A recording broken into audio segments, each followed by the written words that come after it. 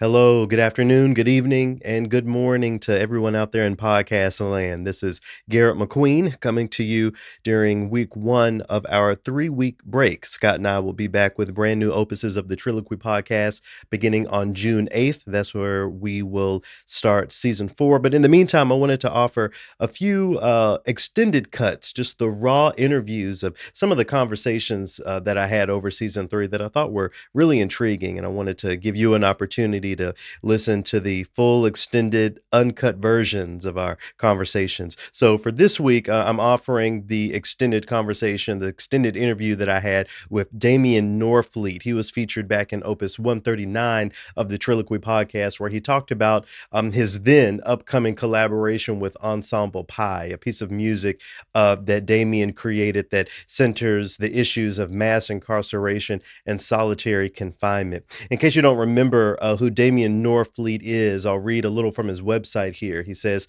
as an interdisciplinary performing artist, I create pieces that exist at the intersection of contemporary classical music, spoken word, and theater. He goes on to say, my output focuses on the human condition and intercommunal relationships. I'll have his website linked in the description of this Triloquy replay. Really a great human being, incredible artist. We begin our conversation right before I turned on the mics. I asked his opinion on shoveling snow. So he moved to Minnesota a couple years ago from New York, and it's a little bit chillier here in the Twin Cities than it is there. So we begin talking about winter weather, how to deal, and get into the rest of our conversation. So thank you all once again for continuing to support the Triloquy podcast. We will be back again with new opuses and the beginning of season 4, beginning June 8th. But for this week, here's my extended cut interview with the one and only Damien Norfleet. Hope you enjoy. I don't know if I like doing it 4 to 6 times a day,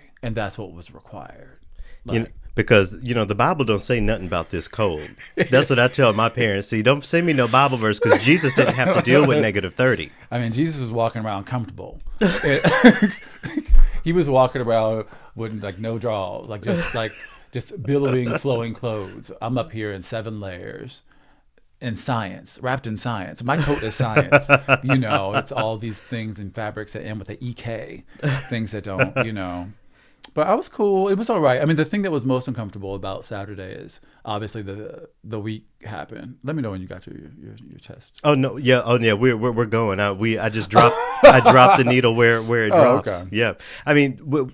Obviously, we can talk for a long time about acclimating to the Minnesota weather, but the other sort of climate of Minnesota, how have you adjusted to that? The people, the arts culture, all of those things. Well, that's the easy answer. I haven't acclimated even the slightest bit. I'm not. I haven't. I mean, I moved here, last March. Mm-hmm. So almost a year. Almost a year. We're approaching a year. Mm-hmm. Yeah. Wow. Gosh. But yeah, we were still in the middle of lockdown. So that makes getting to know your new environment challenging. Right. And then also, there were still people hanging out in corners, with machine guns, tanks. And yeah. That's not the warmest welcome to a new environment. Right. It's like policemen with machine guns standing on corners. So, I mean, that was all very real. And then I happened to settle in a part of Minneapolis. How do I say this? There's a lot of white people, just a lot of them. They don't call it the Great White North for nothing. It's just a lot of them. And since this kind of conversation was happening in Minneapolis, that involves race. Yeah. I think in general, the country is sensitive towards race at the moment, and not sensitive like our feelings get hurt, but it's like sensitive like it's it's at the forefront of people's minds. This is a serious thing. There's a group of people who've had enough of certain kinds of treatment. There are certain people who are just discovering these kinds of things, which is interesting. Right. And then there are other people which is to complicate the matter even worse, there's a group of people who feel like their discomfort with this is on par with the actual pain and maltreatment other people in this equation have felt. So there's also that kind of space. And in my particular neighborhood, considering what it's mainly populated with, I think there's a lot of emphasis on the discomfort of people, white people, there's a lot of emphasis on their discomfort and how they're handling this particular system in Minneapolis. And I think they do need to talk about that. I think this is a situation that's affecting everyone. And I do think that just like, Black people have had, we're experiencing this in a very different way. Continuous way. It hasn't stopped. It started the entire time. But like, we are literally marching for our lives, and we're having conversations that are life and death, literally. Like stop killing us conversations. And it's kind of hard, like just like a basic way of organizing your priorities. Right. You know what I mean? Right now, there's a life or death thing happening. We can get down to like, and I feel uncomfortable a little later, but right now people are dying. We're not talking about whether or not you feel comfortable or you think it's socially acceptable to talk about something. Like we'll get to that later, y'all. Right now there's people dying. Well, what's resonating with me is you're saying that we focus on the discomfort, even that phrase, we have to become comfortable with the uncomfortable conversations. That's just sort of become a sort of branding that is connected with all of the issues we're dealing with. What do you see as less performative and more consequential aspects of the work as the arts can engage it? What does an opera company, a small ensemble, what do they need to do to actually do something that matters at the end of the day? In general, or directly about what? About the police Either. violence in general? Either. Or? This is your show. Well,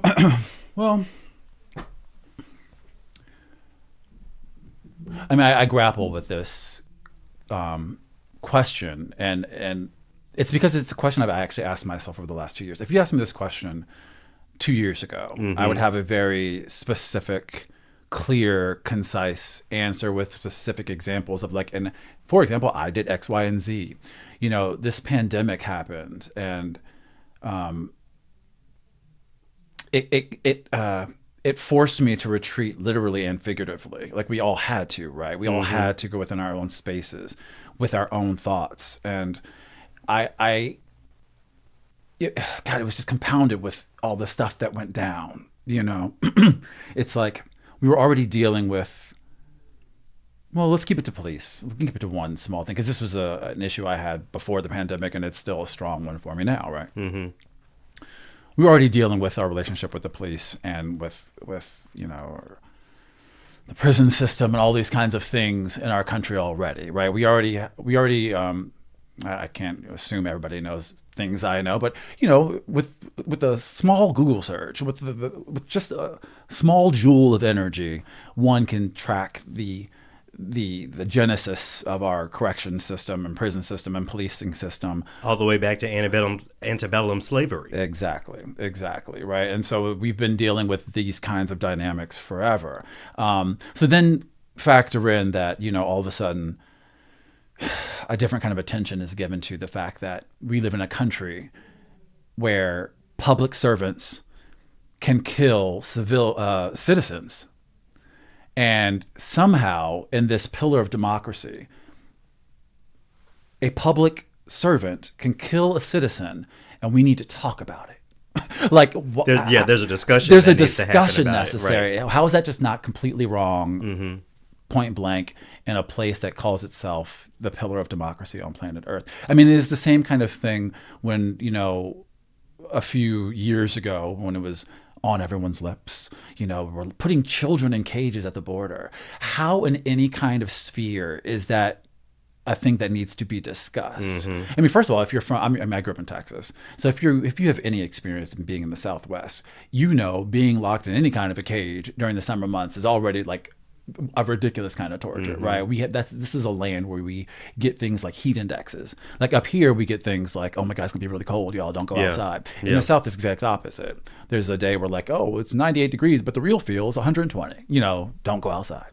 So it's just funny that we have these spaces where these huge atrocities, and it's only atrocity as defined by what we say we are supposed to do, right? This isn't like an atrocity by Damien's moral, standards. This is an atrocity considering our Constitution. Right. You know what I mean? This isn't about opinion at the matter. This we hold these truths to be self-evident. All men are blah, blah, blah, blah, blah, blah, blah. And then we've got, when that didn't stick, we've got a series of amendments that also kind of strengthen this. So to see us just going against these things is upsetting on one level. But so to go back to your question, I find myself in this kind of place where I was just forced to think a lot about what I do and what my role is. To get back to your exact question, what are we doing? And all of a sudden, for the first time, I started having these thoughts of, is what we do enough? When you think about Black Lives Matter and what it stood for originally, it has definitely broadened out to cover lots of things. But when you just think about this collection of, these handful of mothers being like, look, our children are dying, we just can't do it anymore. If you just go back to that original kind of thing, and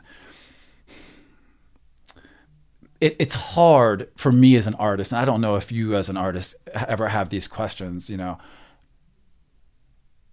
is singing a song enough for that? I have friends and peers and family members who were marching, and then even that question, I'm like, is marching enough? Right. For that? Right. Like, it's not working. But of course, if we go back into our own Afro-American history, what would be the struggle without those songs? What would be the struggle without the spiritual and what they sang in the church houses and what they sang while they were out there marching? So there is some importance to it. There's ultimate importance to it, but that can't be it, I guess is what we're touching on. And this is where I came back to, right?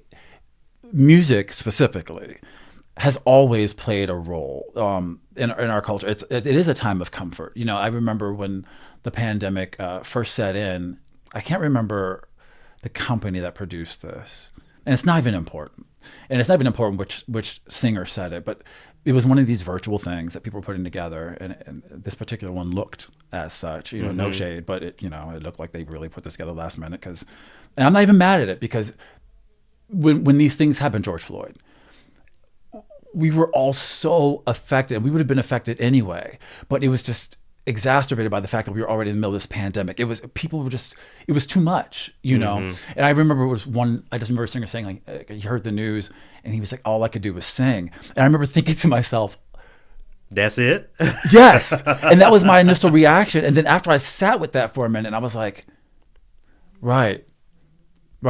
But sometimes you have to start there, And so, but to go back to your question about, like, what do I think people should do now, and what do I do specifically now? When I started this place of, is performing enough?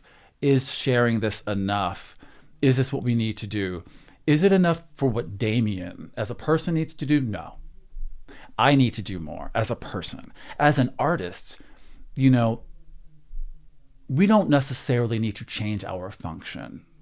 Artists create art. You know what I mean? And I don't know that if it's the best idea for all of a sudden for a bunch of artists who are trained and skilled at creating art to try to make something else all of a sudden. Right. You know what I mean? Like, still do what you do, because what you do is completely, valid, and it has great contributions. And so when I was dealing with this kind of struggle within myself of, like, do I keep doing what I'm doing? Is it effective? Am I making a difference? Is me shining a light on a particular thing that I find to be really problematic in our culture and our society? Is me shining a light on that still enough?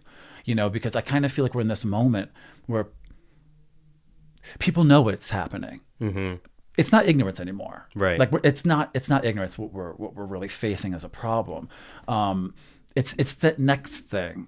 It's that next thing, and I kept thinking about, like, when you talk to other people who don't have the same kind of stake in this, like non-Black people, for example, maybe people who don't actually have the experience of literally losing someone that is related to them, or that they grew up with, or that they usually talk to on a daily basis, or that they live next door to. But it's real. It's like when the pandemic first started. Once it was something over yonder, we were like, this is kind of scary. This is kind of, but once all of a sudden we had some domestic numbers and, like, people's neighbors all of a sudden, because then we were like, it felt different. Yeah. And I think I'm using that as kind of an analogy for how this particular problem with are being okay how public servants can kill citizens in this country, and it's something we're supposed to discuss, right? So it's, what do we do? We're all upset. We're all stressed out. We're all worried about our jobs, in addition to our public servants killing us, right? In addition to all of that,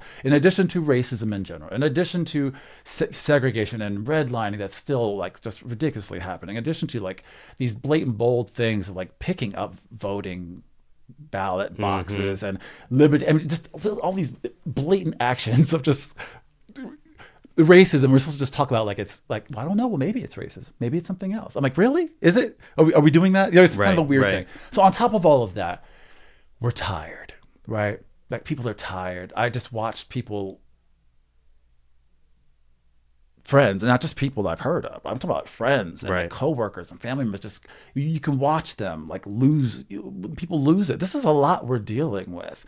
This is not a talking point for primetime news. This is real life for all of us, and it's a lot. So, and it's not just a talking point for primetime news. It's also not a selling point for arts organizations. So as we, talk about the ways in which the arts can engage these conversations in one way or another, we have to also consider who the audience is. How do you approach the conversation of who you're telling things to, who you're sharing a message with? Yeah, and I'm going to tie this all to all your questions. I'm not answering any of them, right? I'm just kind of like talking at the moment.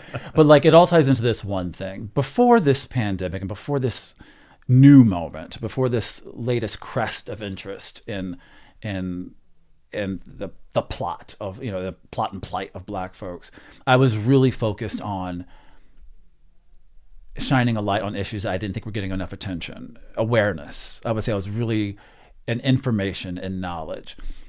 After this pandemic moment, I became aware of a different kind of need. And, art and music can be great at bringing attention to things, but it's also a great place for rest and comfort, and just really getting us through. You can't look fighting the fights that need to happen, because there are lots of fights that need to happen, but you can't fight unless you rest. And you need both. You can only give what you got. You can only give what you got, and it's like, here's a good analogy that I think America can identify with. We're all taught about how the redcoats fought the revolutionaries, and the revolutions were all running around doing what they're doing, and the redcoats were like, let's get in this line, and then y'all shoot your gun, and then y'all all ride to the back, and y'all can reload and rest, and then these people are going to shoot that. You know what? There's something to that.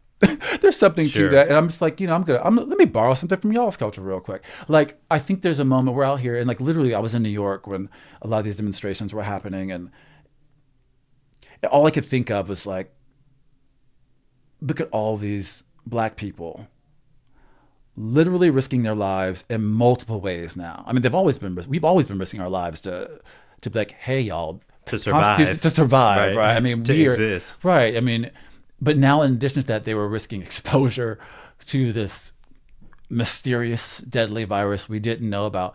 But you know what? That's the level of importance. I had so many people ask me, like, I can't believe they're out there marching in these streets with this coronavirus out there. I was like, well, yeah, but the coronavirus, as we knew it at the time, might kill you. Right. There was a chance that could result in injury or death. It's certainty. Like, we know police kill Black people. We're reminded by it, when they decide to like publicize one of the instances every couple of months. Whichever when an incident makes it to a point that people cover it, there are so many other cases of this kind of violence happening that don't make it to, our beloved MSNBC or our beloved ABC or NBC or wherever you, or CNN or Fox, wherever you happen to get your news. It's a lot. So a long story, a little bit shorter, Garrett. I'm so sorry. It's like I've really kind of shifted my output to being less about educating non-Black folks I see what to you certain mean. things, to just being like, let me devote a little time to consoling and comforting for a little while, and a lot of that was also because, we were in lockdown, and what can you do from your home? And it was a lot about pulling back from, a lot of my activist work that I did before was a lot about partnering with organizations and institutions, whether it be like literal music groups devoted to this work, like Ensemble Pi or Dream Unfinished is another one I commonly work with. But this became a different kind of arena. Like I know you have a platform that reaches thousands of people, and I think that is so necessary. But for me, I also felt, I was like, you know what, sometimes you just need to talk to your people. And I found myself really retreating and like really kind of reaching out and picking the brains of people I love and respect. And like my circle just got real small. I kind of like retreated into my carapace in a way, and just brought selected people with me. It was a moment where like, I feel like we're always so exposed and we're so accessible to others, and whether the others is the majority in this country, whether the others are these institutions we find ourselves working for. And I use that preposition on purpose because where I think we need to go is the addressing of that preposition, working for, or do you want to work with? I think that's the direction we need to start going and thinking, right? Maybe even working on in some cases, but that's a different conversation. It's all of that, but like it's this retreating and understanding that everyone isn't granted access to me and mine and to us. We really are allowed to be like, no, this is not for you, and I'm not going to be made to feel any kind of way. Like you're not what you're centering is yourself and not this external idea of who should be comfortable, who should feel welcomed, X, Y, and Z. I mean, as we've seen, they already feel like we don't have they, here we are with this us and they, but I'll be very specific, so no one's confused about the they I'm talking about. This latest incident that happened here the past week was a blatant like display of the lack of respect and how they value us. I mean, talk about like, no knocking, like not even the bit. I mean, it's just like the whole way the whole thing went down, and you have to watch it. It's so y'all barged in, didn't even knock, and then they were on their couch with a blanket, and then you just shot them, and it's like, it's Minneapolis, it's winter, it's cold. You know how many people are on their couch with a blanket? Like, it's just like all these things but no time to think about it. And then that took me back to the incident that changed me in this kind of Renaissance civil rights movement we kind of finds ourselves racial in. awakening. Yeah, but it was. I mean, when that baby was in the playground, playing with a toy in the playground, and they just drove up, barely screeched to a halt, and shot that baby dead. And I was just like, this is a different kind of a problem. This isn't a legislation problem. This is not a kumbaya moment problem. Like, listen, we have asked for what we have asked for, and they, be it the majority, be it the government, you can insert the they here, whoever is in opposition to these things, has given us their answer. They said, no, we're not doing it. They've said it for how many years? Like, we've already marched. We've got several laws on the book. We've got multiple laws, multiple amendments, again. And it's just like, it's very frustrating. So all that, to come back to your question of like, what do you think we need to do going forward? I mean, I do think it's still this moment of, we still need to shine lights on things. We still need to lift rocks so we can all see what kind of things are crawling under there. We still need to do that. That work never ends, right? Because, there are a few pandemics going on in this country and world, but one is really ignorance. And one is a voluntary ignorance that is really exercised too much in this country amongst certain groups of people. Like one of my least favorite things I hear, because I had some coming, I had some very difficult conversations. Difficult for my friends. I have some non-Black friends, Me too. I got a few. One of them lives with me. Right. I got a few people in my world that I love. And those who love you and respect you, this kind of conversation I'm about to describe doesn't happen. But for those who have a different kind of relationship with you, at some point they make that request of like, okay, I don't want to talk about this anymore. I don't want to hear more politics. Let's talk about something else. They're I don't want to hear it. They're tired. fatigued. They're fatigued. And then there's like this kind of thing like, can't we all just take a break? Like, take a little break. And then you're somehow the bad guy if you can't all of a sudden turn off your blackness for a while and compartmentalize your pain. Because that's the thing, right? Like for people who aren't Black, this particular situation we're in, they're visiting. And they can turn it off and not have to participate in it when they don't feel like they want to. I can't turn it off. And this goes back to like, how am I acclimating here? And I'm not, because like, I've never been a person that like walks around with my headphones on. Yeah. Because I really do like hearing the sounds of my environment. Maybe this is kind of the nerdy artist side of me, but you never know when you're going to pass a sound that's really cool, and it takes you somewhere. You see a painting, or you see the way a leaf has fallen on the ground, there's all kinds of beauty around us, right? Like literally, and there's all kinds of beautiful sounds around us, and I like being aware of that. It's also dangerous. We also live in a time you might want to be aware of your surroundings, because you don't know if you're next. You don't know what's happening.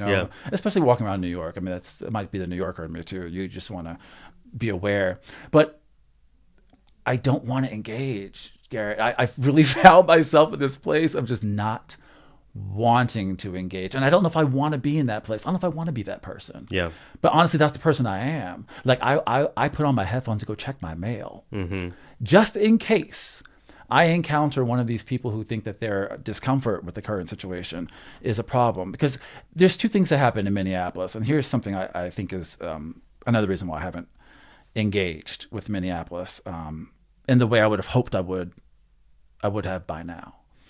And correct me if I'm wrong. Like, jump in here. Right? I'm ignorant to Minneapolis, but Minneapolis, in my ignorant opinion, because I haven't been exposed to a whole lot of it yet, but I mean, Minneapolis is very, very identity driven, specifically the art scene, but just in general. And I don't know if that's a bad thing. It's just a notable difference than where I'm coming from. So I was like, oh wow, this is kind of interesting. It's everyone kind of qualifies and prefaces what they're about to say and what they're about to do by what they are. And I don't know if that's something that's not supposed to happen in Minneapolis. Y'all have had some serious challenges here locally, and I think maybe that is supposed to happen. Maybe we do need to be made aware of it. But if you're not necessarily accustomed to engaging that way off the bat, it takes some getting used to, And then the other thing that's really weird is this thing people like to call Minnesota nice. I mean, can we call it something else? Like, this is some whack ass behavior. Like, this is, I don't. You know. are dragging the citizens of Minnesota. Not really though, because everything I'm saying actually has been described to me by a native Minnesotan. Sure. Like, when you meet somebody and you're like, I'm not from here, the first thing they tell you, like, well, listen, just so you know, there's this thing here called Minnesota nice, and you have to be patient. People engage this way and this way, the other. I'm like, or. Yeah, and it's an acceptance of the status quo that it feels like you have some dissonance with. Yeah, it's a difficult way of living. They're like, well, you just have to get used to it. And I'm like, let me think on that. I don't know if I ever want to engage in that way. I don't know if I want to engage that way. I'm not saying people can't. If people want to engage in this thing that has been called Minnesota nice to me, but it sounds a lot like what other people I know call passive aggressive behavior. If you want to subscribe to that, if it makes you comfortable and that's what you're used to doing, then awesome. I think, but I don't know if I know how to interact that way. We've met each other. I don't know if I know how to. Yeah, hey, I know how what you doing? mean. I don't know if I know how to what you do mean. that. So, so do you see Isolated Triptych as a direct approach to something as opposed to that passive aggressive sort of Minnesota nice that you're describing right now? No, Isolated Chapter is actually a very specific and interesting, and I kind of dare say selfish project. So when Edith, who is the founder and artistic director of Ensemble Pi, Who's been on TRILLOQUY, shout out to Edith. Yeah, she's great. I love Edith. I really do. She's not only is she a great artist, we've actually become really great friends, which is so interesting because we're so different in so many ways, but we're I don't know. I really love Edith. I mean, she's welcomed me into not just her ensemble and not just her artistic world, but literally into her family. Like I hang out with them. You know, Mm-hmm. I really enjoy the Cormans. But anyway, when she elected, when she decided that this is going to be the theme of our next big concert. I mean, our last big concert, we really centered on reparations. Yeah.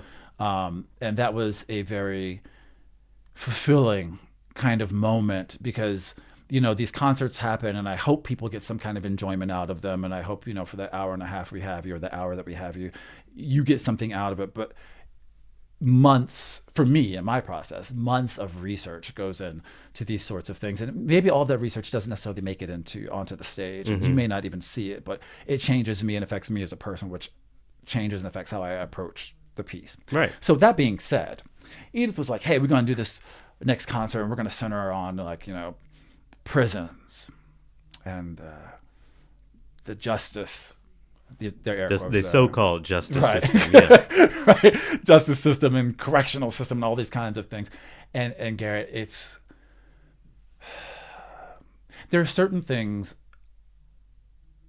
I have spent enough time with and I've put in a place where I'm ready to discuss it with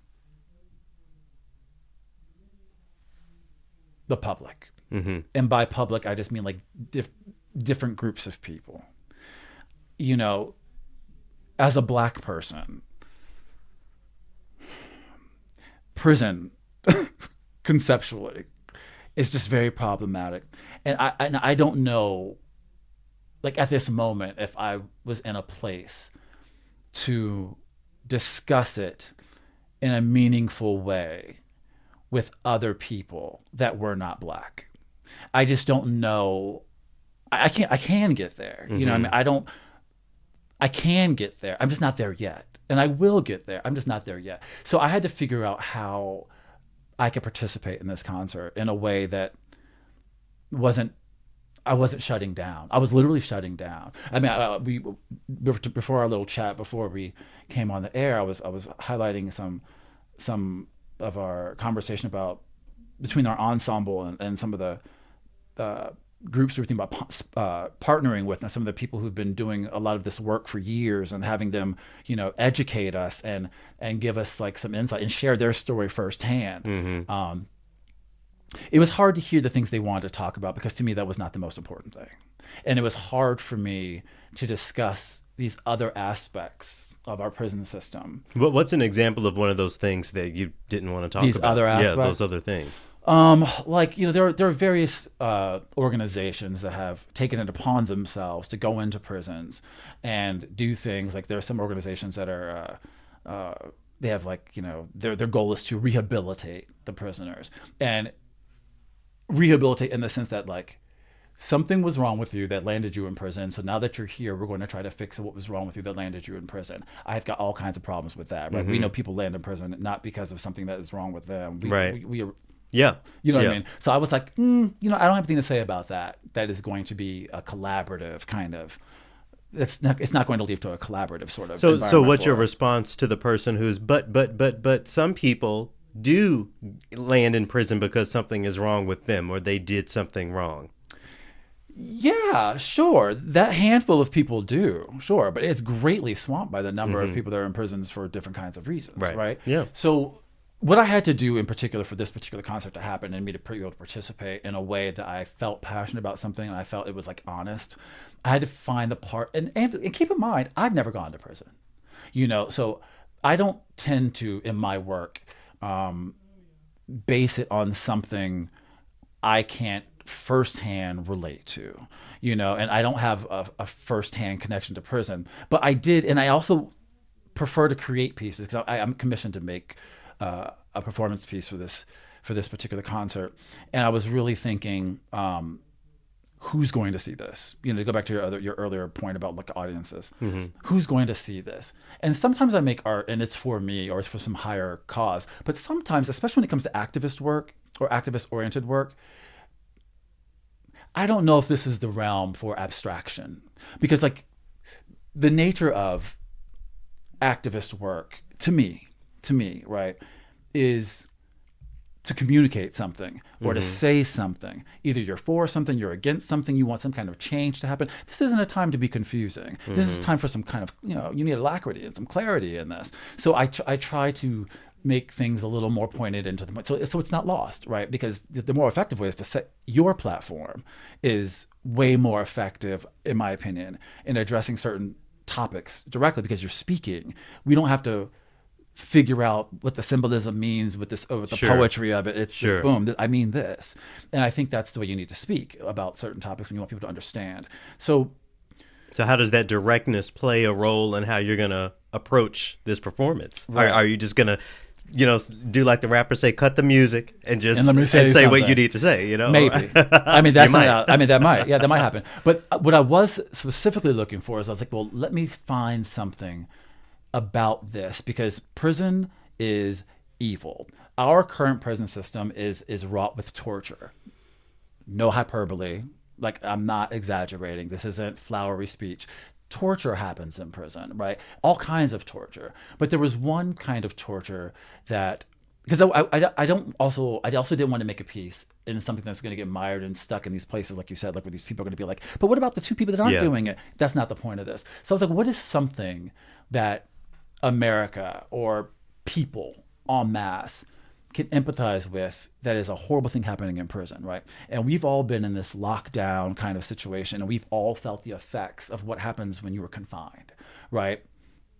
We all have, words are being thrown around like cabin fever. But the point of that isn't the severity. It's the point that we know what the feelings are. We all know what it felt like to be stir crazy. We all knew what it felt like. We don't know what day it is. We haven't put on clothes for 3 days. We all notice our mood swings. Mm-hmm. We all notice our fatigue levels. We all notice all of these things. We all notice like, oh my God, I've got to invest in self-care. I mean, And all of that with access to Uber Eats and the internet, right. And space and yards and people coming over safely, all these AC, kinds of things, air everything. conditioning, basic agency. So, but even with all of that, we felt the effects, psychological effects of what's happening. All right, fast forward to prisons, right?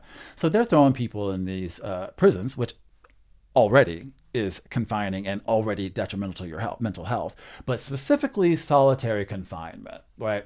When people are being placed into these cells, which are roughly the size of most of our bathrooms, no access to a window, rotten food is literally served to these people who are in prisons. I mean, there's all kinds of torture that happens, not to mention the abuse that can come from personnel. So, but specifically back to the psychological damage that comes from solitary confinement, I was like, I can relate to the effects of solitary confinement, and so can everyone else. I can do a piece about the wrongs of the torture, and everyone can understand like, oh yeah, that does feel horrible. And then like, once you understand like, oh, this is happening, you can, broaden your mind a little bit, do a little Google search. I mean, don't take my word for it. The UN, our beloved UN that sets international standards on humanitarian standards and this, that, and the other, they said solitary confinement is torture. You know what I mean? They say like up to 2 weeks is the most you should ever do everywhere. I mean, then there's the United States. Literally before the pandemic, we had numbers of like 50 to 80,000. That's 5 figures. 50 to 80,000 people were in solitary confinement on any given day, like in 2020 before the throes of this virus and pandemic. Yeah. During the pandemic, that rose like 500%. Like they're like, I mean, we're well over 100,000 people that can be in solitary confinement in a given day. And let me find the exact number for you because I was gobsmacked. And, I also want to point out that like, this doesn't take a lot of effort for me to find this information. I'm not a research scholar. I didn't go to a research university. This is like something anybody can find on their phone. I found some extra numbers because I wanted to make sure I had the most current numbers before I got here today. I looked up some things on my phone in my Lyft, just on the way here. Like, this is accessible things if you just want to know. You know what I mean? So if you don't know, you just don't want to know. And I think that applies to a lot of what's happening right now, Black people in general. But yeah, there are 300,000 people, according to the Marshall Project, which does a lot of effort documenting some of these numbers about in terms and conditions in prison. I mean, they're saying there's numbers like 300,000 people in solitary confinement. That's 300,000 people locked in the space of what we consider are like bathroom sizes, where conditions are like no TV, no this, no that. Lights are on the entire time. Can you imagine trying to rest with fluorescent lights on? Yeah. And we've Yeah, we've that's all certainly tried it. torture. It's crazy, and this kind of environment is going on not for a few weeks, not for, we were all locked down for a year, right? Barely, if that. We Yeah. all went crazy. There are people who've been in solitary confinement, not prison, solitary confinement for decades. Multiple people, lots of people have been in solitary confinement for years. Like, this is crazy. And like, again, you don't have to take my word for it or anybody else's word for it. If you believe in science and medicine, there is not a single psychologist or psychiatric practitioner or scholar that will not tell you that being in solitary confinement, and they say that permanent damage can actually occur from this, like days sometimes, as soon as that. All of that fueled me, and I could at least empathize with that. So that was a starting point for me. So I just kind of dove in a little bit more, and like, why is it torture? That's my question. Yeah. And I think that's a lot of people's questions. They're like, oh, well, why is it so torturous? I don't understand. Well, then, there's all kinds of things. And it basically comes down to agency, which, again, this applies to Black people at large, right? Because this is the exercise we do in America. We try to take away people's agency. Yeah. Right. I mean, slavery is the ultimate. Slavery, prisons, Right. Both places where the system and the environment is set up for us to have as few choices and as little agency as possible. And science and medicine and everything else shows there's a direct connection to your agency being in place and intact, to your mental health being intact. Literally, without agency, you literally go. Psychosis is the result. Like, literally. Again, no hyperbole. So I went in and just dug in a little bit. I nerded out and dove in a little bit more and discovered that there's like, most people who delve in the world of social sciences, like psychiatrists and psychologists, all these folks, there's a lot of study that there's 3 parts to your agency. There's like the projective agency, and there's the iterative agency, and then there's like the evaluative agency. Long story short, it's kind of like hopes and dreams, things you project forward. That's one part of it. And then your memories and past experiences is the iterative one. That also helps inform your personhood and keep you balanced. And then it's also like what's happening right now in the now. And do you have the ability to react to it? And that's the last one. And so I just dug a little deeper. I'm like, is there a direct correlation to that, to this solitary confinement in prisons, right?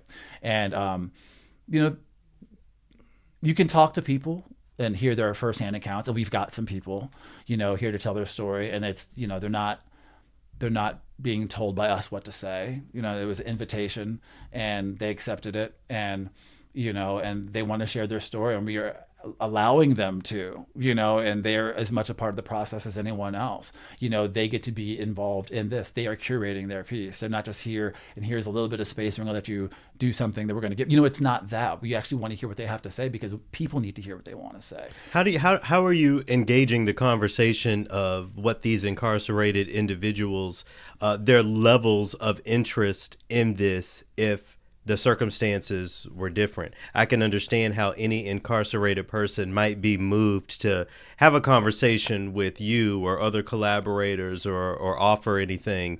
If they were free, maybe they wouldn't give a damn about improvised music or whatever. How do you weigh the circumstance with what you're cultivating in this project? I'm sorry, I didn't quite understand the question. You mean So basically, we're dealing with the subject matter of individuals who don't have this agency fully that you're speaking to. I feel like a part of that right. I feel like a part of what has to be considered is the way in which that lack of agency meets your complete agency as an artist, and the intersection that Isolated Triptych lives in when we talk about that. Yeah. Well, I am not directly collaborating with any of our guests on this concert. I was asked to, and I kind of said no, and it's because I feel like I need to listen. You know what I mean? I need to listen. I want to listen to them. I need to hear what they want to say. As much as like I think our audience needs to hear them, I need to hear them too. So I'm doing some pieces independently, and then their numbers is really all them. I mean, they are literally the MC. Well, one of them is literally an MC. That's involved in the concert. That's also a welcome guest. But they, some of them decided to just write narratives out about their story. Some of them decided they wanted to make songs in their own. Some of them wanted to come and be there with us and deliver their own thing. Some of them were like, I'd rather somebody else do. I mean, there was all these kinds of different things. And we were like, well, what do you want to do? I mean, we gave them the same approach that we all take with ourselves. I mean, I don't know. I just think it's such a moment for me to listen and to learn. And there are times with my platform, we both have these platforms where information is kind of goes a direction. Right. We're sitting on this side of the microphone, right? And that is a bulk of our work. But I really thought in this particular moment in time with this particular subject matter, I needed to listen. So my piece isn't dealing with their personal stories. I'm going to celebrate them as much and try to enjoy them as much. My piece is really just inspired by this, like, the structure, 3 structures in particular of prison that are specifically made to tear down agency. And it's like the physical structure, the personnel, and the routine. Sitting in, they tell you what space you're in, and that does a lot. We all know that firsthand, what happens with being stuck in a room. Yeah. But they also have these elaborate rules. You wake up at this time, you do this at this time, and there's like, you have no choice. And that's how the routine of prison also attacks your agency. And when your agency is gone, that's when you can't have it's complete psychosis. You no longer can access and process your emotions. And so many people who are in solitary confinement come out with severe cases of agoraphobia. Yeah. And they just, and then we throw them back out into the world, right? And then we, as if that's not enough, we also practice this thing here in America called Civic Death. Are you familiar with that? I'm not. Civic Death dates back at least as far back as the Roman Empire, where the practice is, if you are found guilty and labeled a criminal, you lose your citizenship. You lose the right to vote. Does that sound familiar? You lose access to public funds and resources. Does that sound familiar? All these kinds of things. You basically are stripped of your citizenship. And it's what we do here, despite what our Constitution says. So when you are found guilty of a crime, not a misdemeanor, what's a felony? Yeah. If you were made labeled a felon, we already know you're disenfranchised. We know you can't vote, right? And it varies state to state and time to time, but across the board, you can't vote. You also are no longer allowed access to federal grants, which means, like, if you want to go to school, I may figure it out without a Pell Grant. I mean, I don't know, figure it out. You aren't allowed to have great, well-paying jobs, because here we have a practice of, like, have you ever been convicted of a felony? Check this box. So the incarceration continues. The walls become invisible, but the walls are still there. Yeah, completely continues. So they can't have marriages, children. Probably can't get a passport, I would imagine. You definitely can't get a passport. There's all these things that are continually being contested, but, like, custody disputes and divorces, you don't have a say. Usually if somebody files for divorce, you both go to court and blah, blah, blah, blah, blah. You get a say, but none of that. Carte blanche to the other spouse, like, right, no questions asked. So there's all of that. But it's there. The reason why I couldn't participate in this kind of environment of anything other than prison being an extenuation of slavery. I can't talk about anything else when it comes to that. And again, I was like, well, how did I arrive here? I like to make sure, I like to let my thoughts and feelings go where they go. And then after I calm down a bit, I like to be like, am I crazy? Like, am I just speaking off left hand? Am I just mad? Yeah, maybe it's just me. Yeah, did somebody look at me wrong today? You know what I mean? Right. But then I was like, let me just check. Yeah. Let me just go check. And we're in America.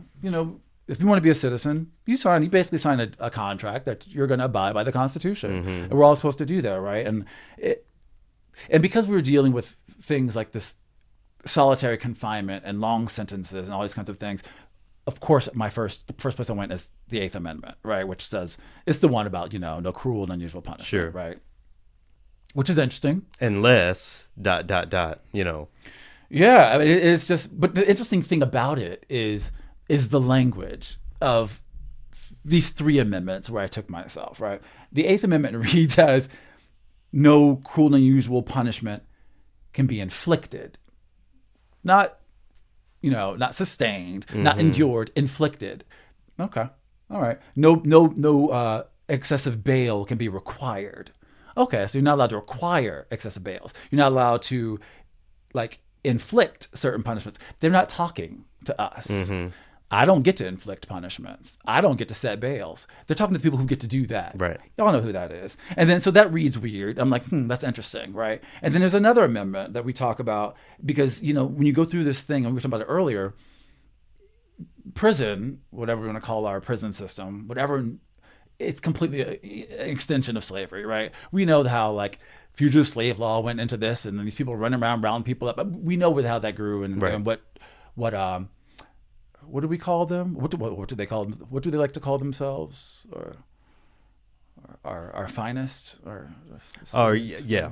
Right. Yeah. See, that language doesn't even live in my spirit. So. I just like the what? But anyway, it's so but like when you read this, like, slavery's not a thing anymore. It's not a thing anymore. It's not a thing anymore because we passed this 13th Amendment, we referenced earlier. But I just want everyone to listen to the exact language of the 13th Amendment because it's just like, okay, well, that's cool. And it says like, neither slavery nor involuntary servitude, except as a punishment for crime, whereas the party shall be duly convicted, shall exist within the United States in our things. So they clearly identify prison as punishment for something, right? So being that that's been what's established, it's hard for me to have a conversation about the rehabilitative qualities of prison. That's not what it's there for. That's not what it says. It's not what it says, right? And that's just difficult for me to swallow. So I'm doing a piece on the effects of solitary confinement and just trying to shed some light on how this torture is happening in our prison. And it's just ridiculous. So the piece itself, for those who don't want to go into like, because sometimes, listen, music can be what we do and art can be what we do. Yes, it can be activist. It can be a tool of activism. It can be all that. But I do understand that for some people, this is entertainment. And some people want to go to a concert to be entertained, and they want this escapism and this kind of that. So for people who want to come to the concert for the sake of like, what's the entertainment value? Isolated Triptych, and it could also be described as it is a 3-part piece, as the name implies.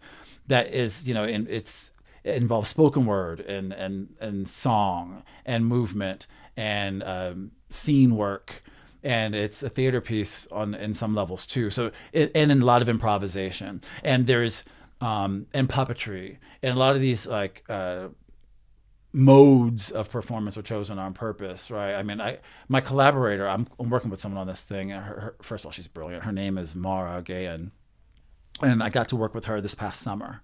Because I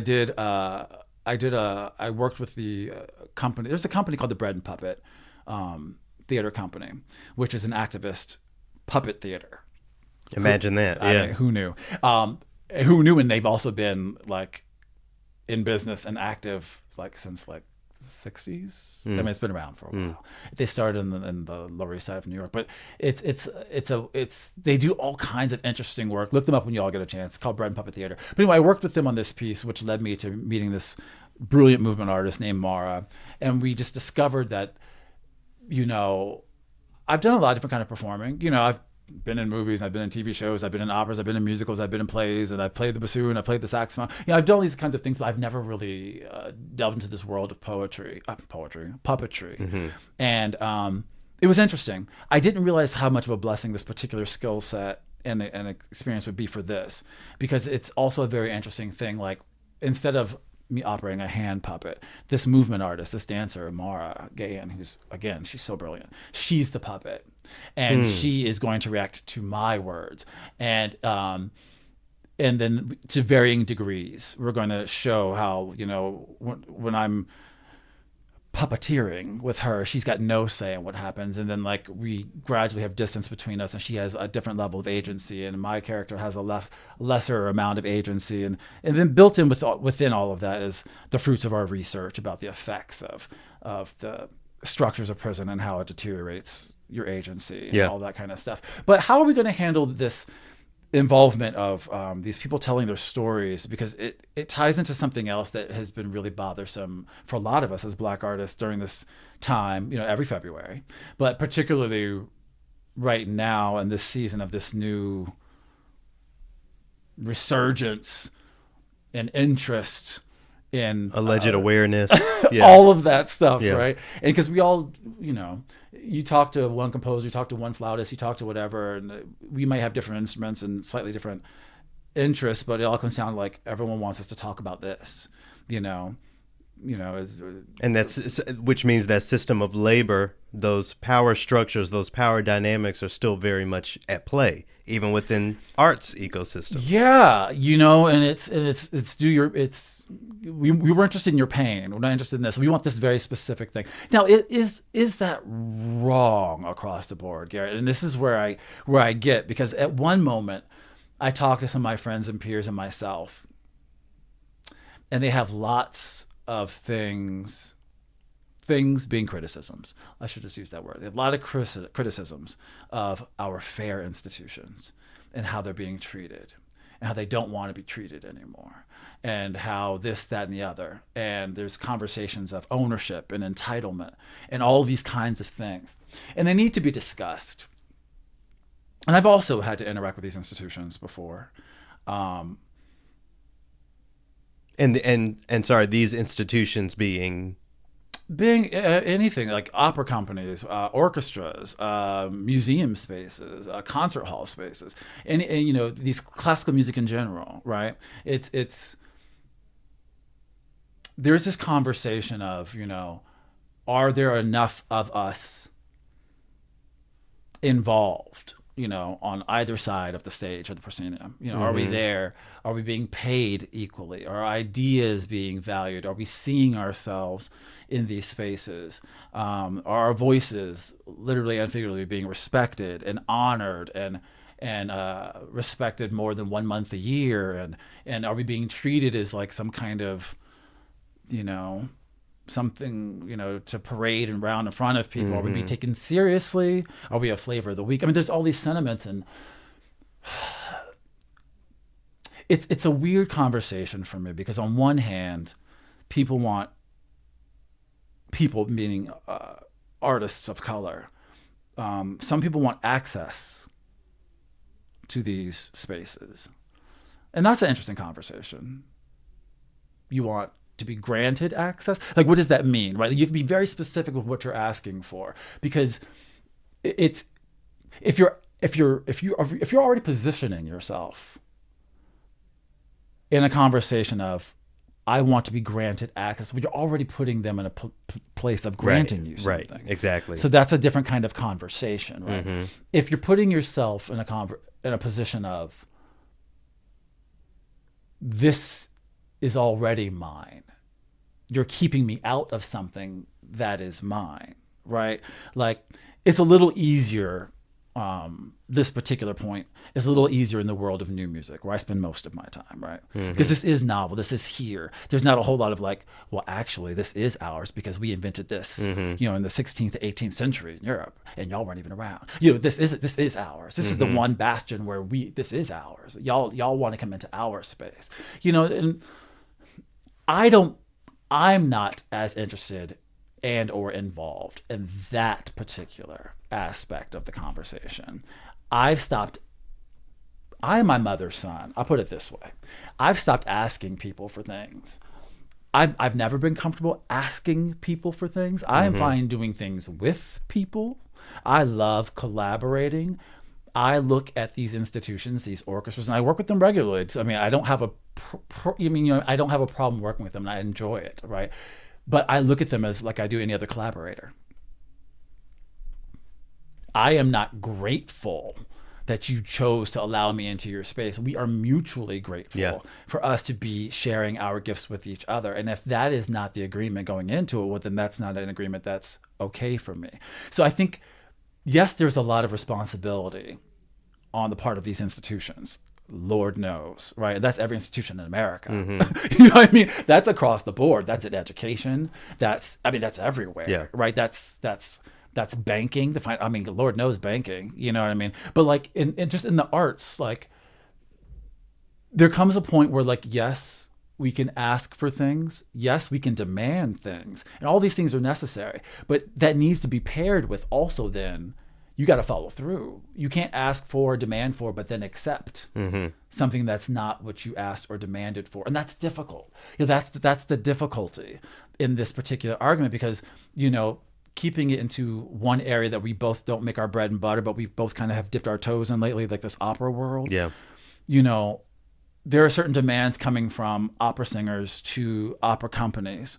And I hear all these demands, and a lot of them make a lot of sense to me, and I talk to a lot of my peers who are like full-time traditional opera singers. And I use the word traditional in that, like, they're just loosely, they're interested in traditional rep. Right. They're not just trying to sing music by living composers. They also want access to Carmen and Traviata. Yeah. Or, they want access to the operas that are regularly programmed. You know what I mean? And there's a reason for that. And there's a reason for that too, right? And I get that. But at the same time, and I'm not pointing any fingers, and I'm not saying this is a thing. At the same time, people need to be, I think we need to be specific with our demands and what we want. Because if you're in there saying, we want X, Y, and Z, and X, Y, and Z may be like, we want, representation. We want access to all the same roles. We want people who know how to deal with our hair too. There's no reason why I have to go out here in this kitchen ass wig because you have a wig master who doesn't know anything about our hair, and y'all don't know anything about lace fronts or whatever. And I'm supposed to walk out there in this dry wig or, whatever. I mean, everything from like that level to just like the blatant racism that can sometimes happen in rehearsal spaces, all the way to that. But then, and I don't begrudge anyone this, because this is a business, right? I mean, we are not just here to fill our souls. We're also here to fill our coffers. Like, we do this for a living. There's a difference between an artist and a professional artist. There's a difference between an opera singer and a professional opera singer. Once you do that for your living, there's a whole different, it's a different rule book. But the moment the Met comes calling, you want this role? Yeah, I mean, and who could begrudge? That's the point, though. But it's this is the minutia that makes it difficult for those who aren't Black. You know what I mean? The people on the other side of these conversations, and I have to confess, I don't engage with them a lot. I don't talk to a lot of administrative teams about how they're going to change their working spaces. I have to confess that I have invested, and this is me personally. Not everyone's in a position to do this. Yeah. But I've invested more of my resources, time, and energy to being independent. You know what I mean? So I'm not dependent on some of these institutions.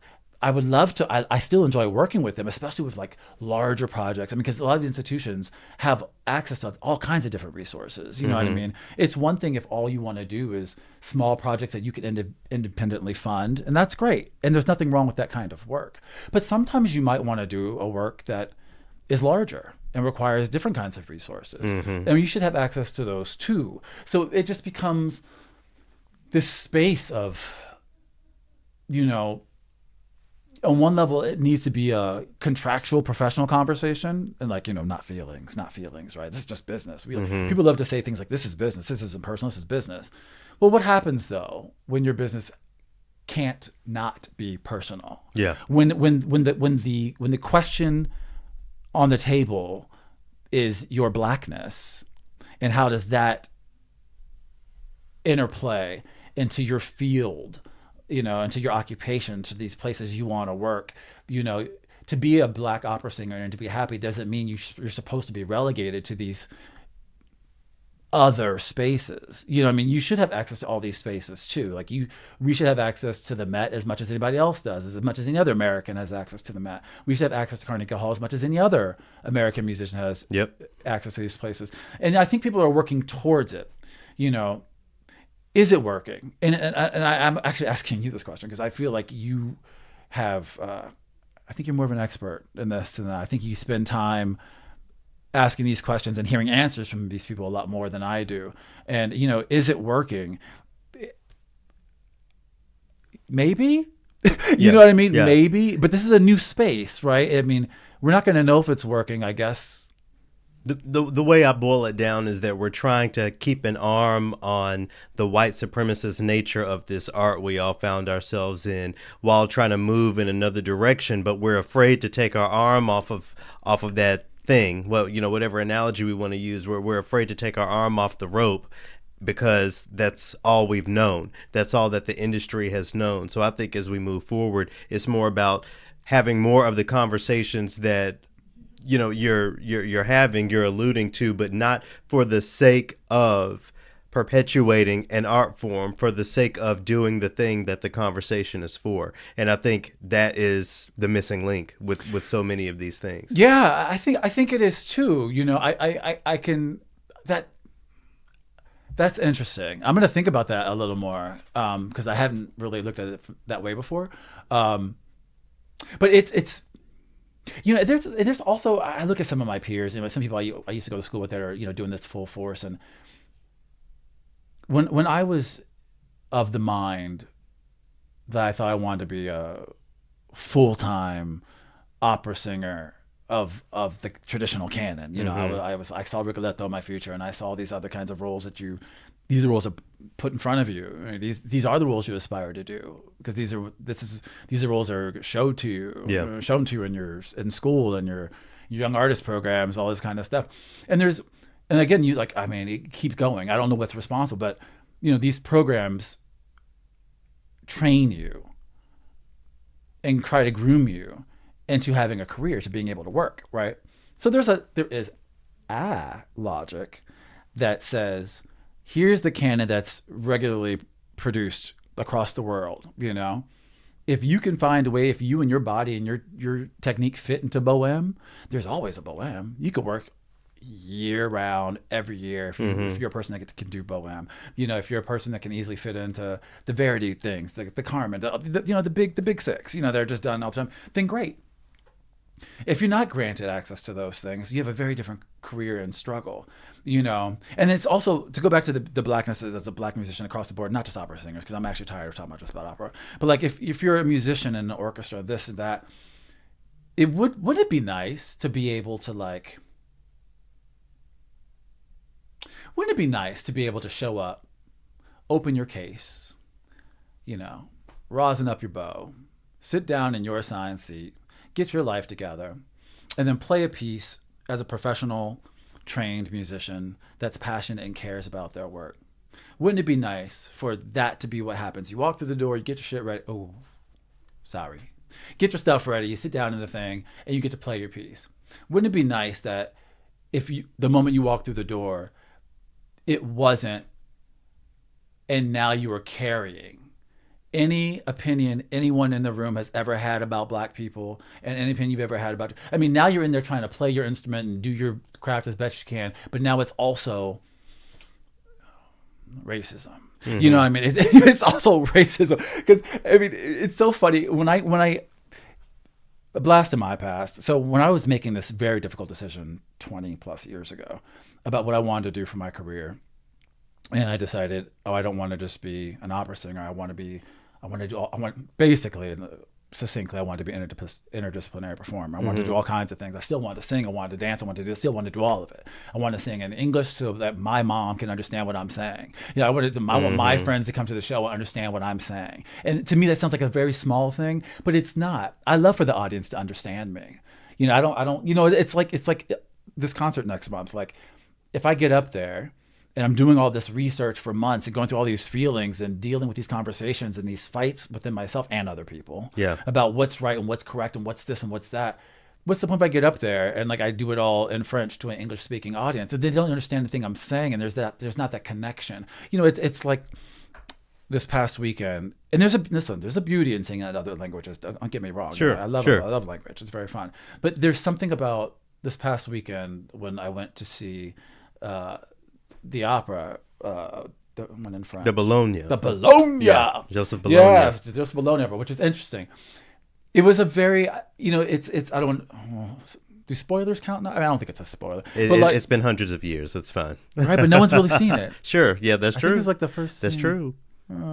Sorry about it, y'all. I'm about to say something. If you don't want to hear this, just close. Don't. But there's much in the vein as like other kind of operettas we've seen before. Mm-hmm.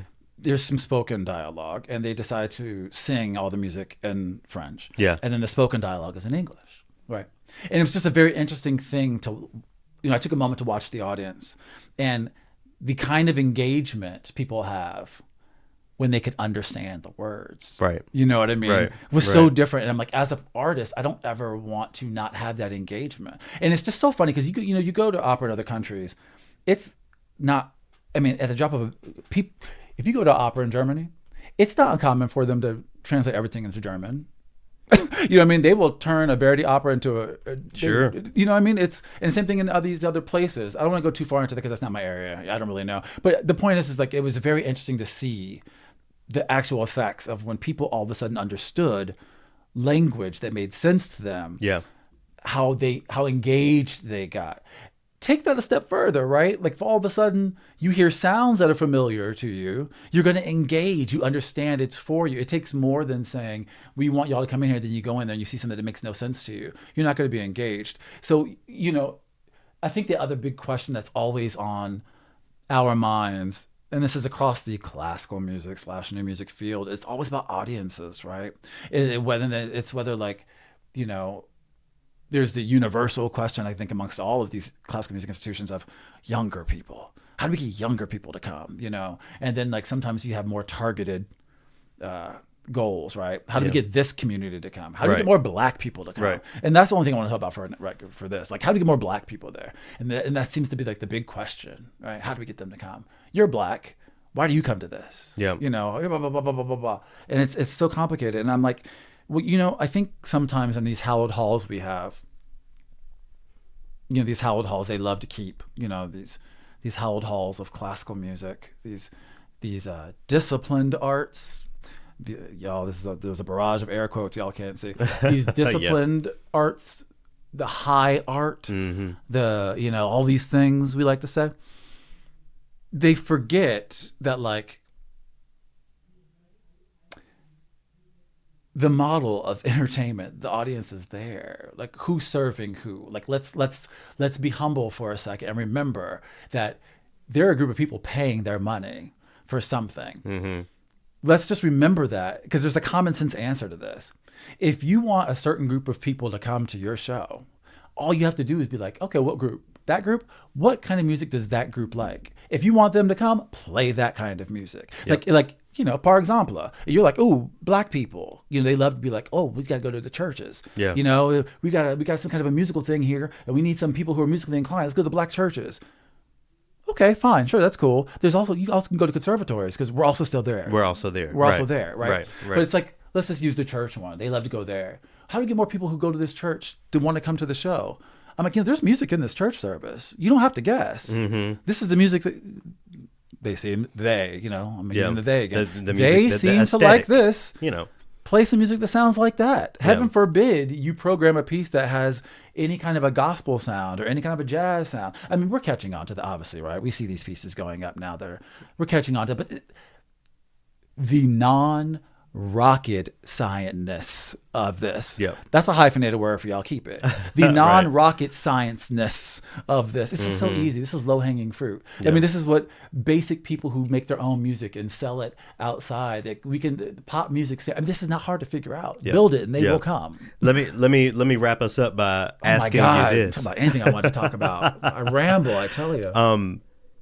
I was, another thing that you said that really resonated with me was how people are more engaged if they understand. We're talking about language, but I think it can be bigger than just language. Understanding the point, understanding the subject matter, understanding the goals. So as we look ahead to this performance that includes Isolated Triptych, how are you going to make sure that you're doing everything you can do to be understood in what you're presenting, considering the nuance and the broadness of what this project is?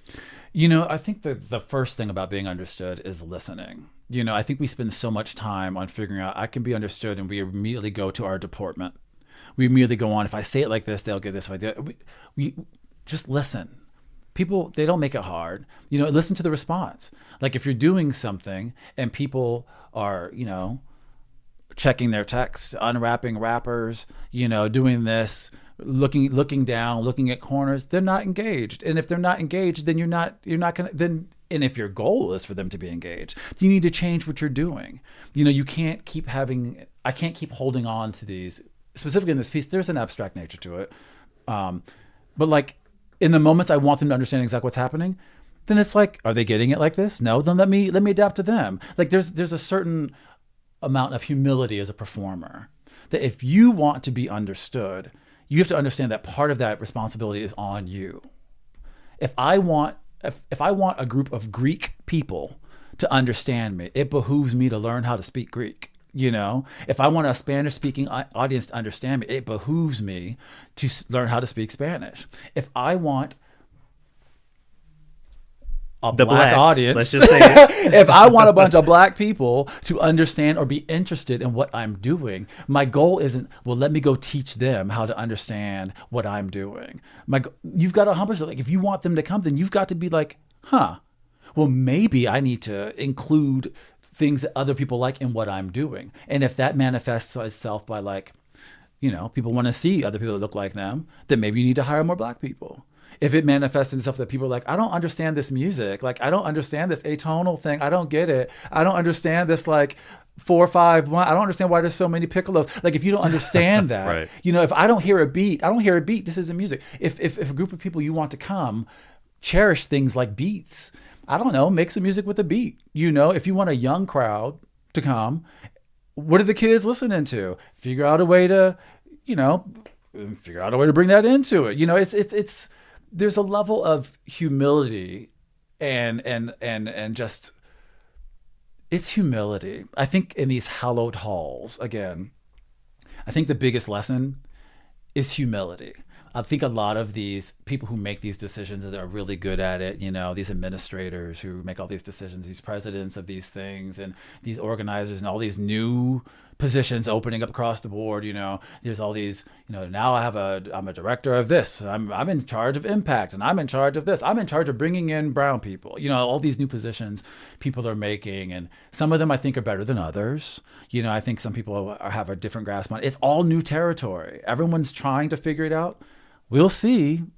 We'll see which one is the way to do it. And maybe there's multiple ways to do it. And also it's not a constant. You know what I mean? That's the other thing I think I want us all to realize. We are not bones. We are growth plates at the moment. This is the point. We are at the literal point where change is happening. There is going to be a amount of trial and error. Just like with a new piece, right? You write a new piece, you're trying out a new technique. Oh my God, I'm gonna try a harder read today. Let's try it out. Sometimes you're like, yes, that was bomb. Mm-hmm. Sometimes you're like, oh God, I couldn't even access my top register with this hard ass read. But it's the trying. It's the trying. It's the effort. Now that doesn't mean, listen, we're not handing out E for effort grades here. Like, you were still accountable. Yeah. Like, applaud you for trying, but you were still accountable for your results. Like, this isn't a carte blanche thing. Like, you don't get to try and fail and it end up being that people are still not granted access and not happy and still feeling like Boo Boo the Fool and feeling mistreated. You still are responsible for the results. But yes, I give you a sensible, appropriate golf clap. Is that what they call it? Golf clap? Mm-hmm. Is that a call or a tennis clap? Maybe an opera clap. Is it a golf? I'll give you an opera clap for your effort. But I'm more interested. I'm less interested in the efforts as I am in the results. And I will patiently wait for some results. And if the results aren't what people want, you have every right to continue to support these organizations if you want, but you also have every right to not. There's another thing, and I hate, and I'm sorry, I know you got to go, but the last thing I want to leave my peers with, because it's not always about talking to the audience, it's not always about talking to these people running these organizations. Sometimes it's talking to peers. Like, yes, we're in a very unfair, fucked up situation. Like, what's happening is a little fucked up. And I think and it's ridiculous that people who train and are at the levels that they are have to engage in all of this just to work. Like, sometimes you don't want to, sometimes you just want to be happily black. Sometimes you just want to be comfortably black.